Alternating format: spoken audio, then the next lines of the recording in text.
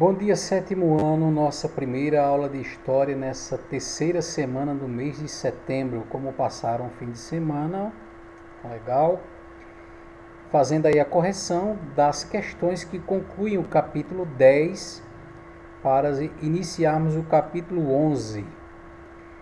Quanto à colonização portuguesa do Oriente, está perguntando o comércio marítimo empreendido pelos portugueses lá no Oriente, hein? A costa leste da África e todo o continente, o sul do continente asiático. Então, leste da África e o sul do continente asiático, que é aquela região ali do Oriente, onde os portugueses já comercializavam antes de virem à América. Então, contra aquela presença dos portugueses lá no Oriente, letra A diz que desenvolveu-se a partir de 1530, quando Portugal percebeu que não havia possibilidade de enriquecimento com seus negócios no Brasil, nada a ver. Desenvolveu-se muito antes dessa data. Nessa data passou a desenvolver a colonização portuguesa na América do Oriente, foi muito antes. E o contrário, a colonização aqui no Brasil, na América, não foi porque tantos fatores, entre eles a concorrência de outros reinos europeus lá no Oriente. Essa informação aí, quando Portugal percebeu que não havia possibilidade de enriquecimento com seus negócios no Brasil, foi o contrário. Foi quando ele percebeu que os seus negócios iam mal no Oriente, a concorrência de outros reinos, como mencionamos, a possibilidade, a ameaça de perder o território da nova colônia aqui na América para outros reinos, principalmente para a França, que vivia ali rodeando o litoral brasileiro. Tudo isso fez com que abandonasse o comércio com o Oriente aos poucos e fosse dando mais atenção aqui na América. Letra B. Essa colonização portuguesa do Oriente esteve mais voltada à produção de artigos agrícolas em grandes extensões de terra. Não precisava produzir, tudo era produzido lá, não por portugueses, mas pela galera que já morava lá, pelos próprios habitantes. Os portugueses só faziam chegar lá com seus navios, abastecer e voltavam para vender, comercializar na Europa. Então, de modo que a resposta do primeiro vai ser a letra C, você já vê aí na correção. Caracterizou-se essa colonização do Oriente, caracterizou-se pelo comércio de especiarias e artigos de luxo, realizado em entrepostos comerciais e protegidos por fortalezas e feitorias. Essa era a presença portuguesa lá do Oriente. Era um comércio, não tinha nada de produção, como dissemos na letra B, era apenas um comércio de especiarias e artigos de luxo já fabricados, já produzidos lá. Realizado em entrepostos comerciais, essa era a presença portuguesa lá no Oriente, ele tinha esses postos comerciais, essas fortalezas, essas feitorias, era o modo como os portugueses se mantinham presentes lá no Oriente. Sabemos que aqui na América essa presença foi muito mais efetiva, né? Teve a divisão da terra em capitanias hereditárias, depois no governo geral, a ocupação definitiva, a moradia, né? Toda essa presença portuguesa que nós trazemos essa herança, esse legado até o dia de hoje. De modo que se a B, ou melhor, se a letra C está correta, a letra D não pode estar correta, porque ela diz o contrário da letra C, que essa colonização portuguesa do Oriente foi marcada pela exploração da cana-de-açúcar, uma planta asiática muito apreciada pelos europeus. Isso aqui também é errado. Isso aconteceu no Ocidente, aconteceu aqui na América e não lá no Oriente. Segundo, analise as afirmativas a seguir e assinale verdadeiro e falso, corrigindo nas linhas a seguir as afirmativas que considerar incorretas. Se tinha linhas é porque as duas estavam incorretas. Portugal buscou ocupar efetivamente as terras da sua colônia aqui na América após a descoberta de ouro e prata nelas.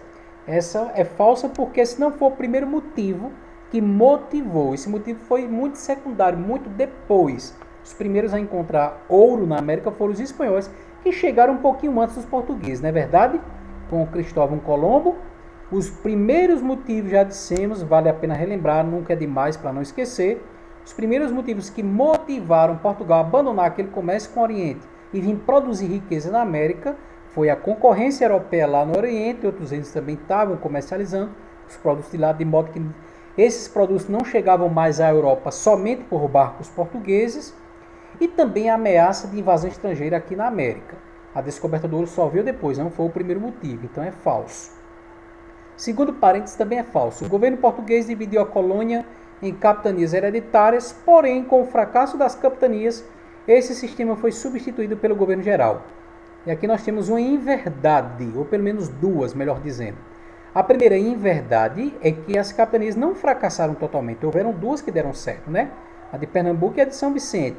De modo que não foi uma substituição, foi apenas uma melhor maneira de gerir, de administrar esse sistema e o território da sua colônia aqui na América, o território que viria a ser o Brasil. Então, é falso justamente por isso, porque não fracassou totalmente, houveram duas que deram certo, e não veio substituir o sistema do governo geral, não veio substituir as capitanias hereditárias, mas complementar, ajudar a administrar. Segundo, vamos analisar a partir da segunda coluna. Homem bom que atuava nas câmaras municipais. Eram os vereadores, já naquela época com esse nome. Essa informação nós temos lá na página 26 e o parágrafo 2º. Segundo parênteses, auxiliava o governador-geral e era responsável pela justiça na colônia. Era o ouvidor-mor. Também está lá na página 25 e o parágrafo 1º. A autoridade máxima na colônia representava os interesses de Portugal, era o governador-geral, muito fácil. Quarto parênteses, auxiliava o governador-geral e era responsável pela cobrança de impostos. Era o provedor-mor, também estava lá na página 25. Magistrado formado em Portugal atuava nas câmaras municipais. Era o juiz de fora que veio substituir o juiz. Vamos aqui encontrar o nomezinho dele rapidamente. Veio substituir o juiz leigo, aí na página 26. Então, esse magistrado formado em Portugal era o juiz de fora. Penúltimo parênteses, auxiliava o governador-geral e era responsável pela defesa do território da colônia. Era o capitão-mor da costa. Defesa do território. Lá na página 25 tínhamos essa informação. E o último parênteses, recebia a capitania hereditária do rei e era responsável pela administração das terras. Era o donatário, estaria lá essa informação na página 24 e o parágrafo 3º. Feita a correção, podemos aí já introduzir o novo assunto. É claro que a gente não vai muito longe na abordagem nessa videoaula, porque nós vamos deixar para adentrar mesmo o assunto com a presença de vocês amanhã pelo Zoom, né? Então, esse capítulo 11 vai tratar sobre o comércio atlântico de escravizados. Vejam esse texto aí do Leandro Narlock, historiador, no seu livro Achados e Perdidos da História Escravos. Nos diz o Leandro: grego Socpa, ou Socas, em grego seria Socra, mas acredito que seja Socpa, foi um africano vendido como escravo ao Brasil lá nos anos 1800, século XIX. Joaquim da Almeida era um traficante de escravos da mesma época do Gbeku Socpa. Gbeku nasceu em Rouco, cidade da nação Mahib, na África Ocidental. Quando ele era criança, o exército de algum rei africano atacou sua vila e capturou sua família. Levado a ferros correntes até a costa da África, Gbeku foi vendido para traficantes de escravos e embarcado no porão de um navio negreiro. No outro lado do Atlântico, Joaquim da Almeida alugava navios negreiros para ir até o Golfo do Benin, adquiria escravos como Gbeku. Comprava peças, entre aspas, como se dizia na época, pagando os reis africanos ou os intermediários com ouro, libras esterlinas, dólares e rolos de fumo da Bahia. Primeira coisa que chama a atenção nesse texto é que os traficantes de pessoas escravizadas, eles tinham o conluio, né, a trama, ou seja, a cumplicidade de outros africanos. É isso mesmo que você entendeu. Os próprios africanos, aqueles em força física ou até econômica mais forte do que os outros, usavam desse poderio para vender os seus próprios compatriotas, os seus próprios conterrâneos como escravos. É o que você vê aí nessas 4 últimas linhas, né? Que esse comerciante de escravizados, Joaquim da Almeida, pagava autoridades, a reis de tribos africanas ou a intermediários, pessoas que faziam esse sequestro e a venda dos seus próprios conterrâneos, dos seus próprios compatriotas. Outras coisas que nos chamam a atenção: havia escravidão Entre os povos africanos, você já sabe que havia, e a gente vai retomar na próxima página novamente essa informação. Cite a condição de trabalho de Guibeco e Joaquim de Almeida. Já mencionamos, Guibeco era escravo, ou foi tornado escravizado, e o Joaquim de Almeida era comerciante de pessoas escravizadas. Terceira pergunta, o que podemos concluir do fato de os comerciantes de escravos chamarem os escravizados de, entre aspas, peças, que eles consideravam os escravizados como objetos, um relógio, um mouse, um celular, né? Peças compradas. Infelizmente, essa mentalidade de detrimento da pessoa por conta da sua cor de pele, né? Coisa que persiste, infelizmente, até os dias atuais, o racismo. Então, a escravidão, já sabemos, perguntava para nós aquela primeira pergunta da página anterior, gera uma prática desde a antiguidade, desde as civilizações antigas que a gente estuda no sexto ano, Roma, Grécia, Egito, havia sim a prática da escravidão, então fazia parte da tradição cultural dos povos da antiguidade. No entanto, antigamente a escravidão era uma forma de punição por uma dívida não paga, você ser prisioneiro de guerra, coisa do tipo. Entretanto, com a chegada dos europeus na África, essa escravidão se tornou uma forma de comércio, se tornou um comércio, um patamar muito mais terrível. Então, o estabelecimento das colônias europeias, veja, tanto portuguesas, quanto inglesas, quanto francesas, né, quanto espanholas, né, a gente já viu esse mapazinho, olha aí o mapa, né, da divisão da América. Então você vê, cada cor representa uma potência que dominou uma parte do território americano. A gente estuda praticamente Portugal, que nos interessa mais por conta da história do nosso país, citamos os espanhóis, mas você já sabe, não é novidade, você que é inteligente aí do sétimo ano, aluno do Cecília Meirelles, sabe que a América não só foi dominada por espanhóis e portugueses, né? Tem ali um pedacinho da Rússia, aqui o noroeste da América, que foi adquirido pelos Estados Unidos, os franceses, a região ali que hoje é o Canadá, os ingleses, a região que hoje é os Estados Unidos da América, também algumas porções aí de domínio francês. Então, é justamente essa informação que nós temos ali nessa página 30.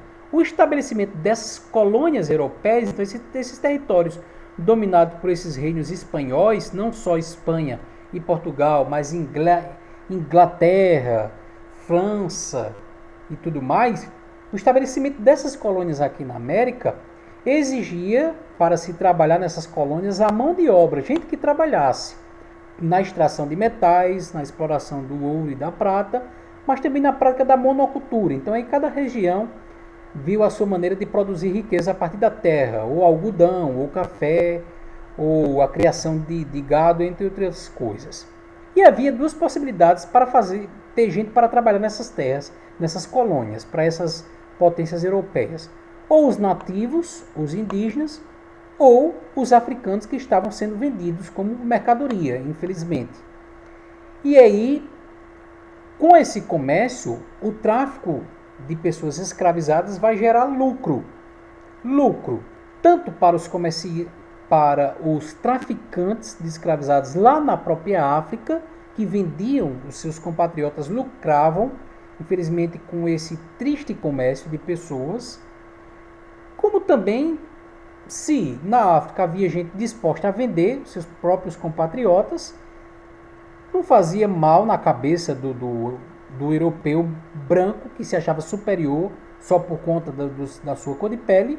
Na cabeça dele, ele não estava cometendo nenhum crime, já que se tornou tão comum, tão habitual, tão normal assim, vender pessoas na África na condição de escravizados. Então, eles iam para lá e compravam na maior normalidade, achando que estavam fazendo a coisa mais normal do mundo.